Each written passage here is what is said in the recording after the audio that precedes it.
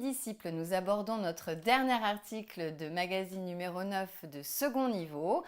Je t'invite à ouvrir ton magazine page numéro 6 pour découvrir cet article sur le soja, cette plante sacrée. Le soja est un petit peu aux chinois ce que le fromage est aux français.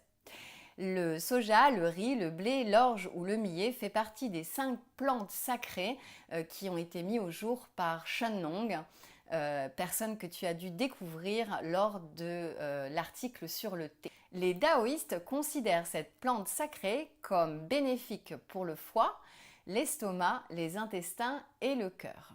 Il est cultivé en Chine depuis au moins 1200 avant notre ère et s'est rapidement répandu dans toute l'Asie, tellement il est riche en protéines, en fibres et en matières grasses. Le premier Européen à amener cette plante en Europe s'appelle Francesco Carletti. C'est un marchand venant de Florence, comparable à Marco Polo.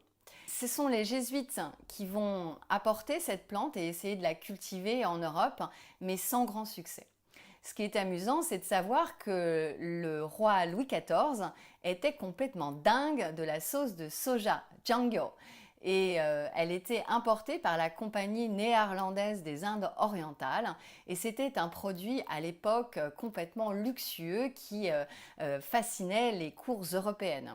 Il provient de la pâte de soja et est macéré dans de l'eau salée. C'est la sauce soja que tu vas retrouver peut-être aussi chez le japonais, enfin une sauce qui est aujourd'hui beaucoup utilisée par chez nous. Avec le soja, on va pouvoir faire également une sorte de fromage qui s'appelle le tofu.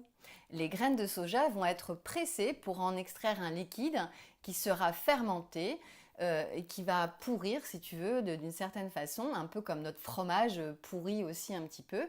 Et on va ajouter des coagulants pour obtenir une petite pâte dense. Cette pâte va être soit frite, soit crue, soit mise directement dans le bol de vapeur. Très différent de nos fromages, toutefois, il n'a aucun goût. Et alors, le plus rigolo des tofu, ou des tofu plus exactement, c'est le tofu puant, qui est vraiment quelque chose d'assez particulier. Shodofu et le nandofu qui s'apparente un petit peu à une crème. Donc il y a énormément de variétés et de stades de maturation de cette pâte de soja. Il y a bien sûr toutes les sauces de soja qui ont été créées par la suite.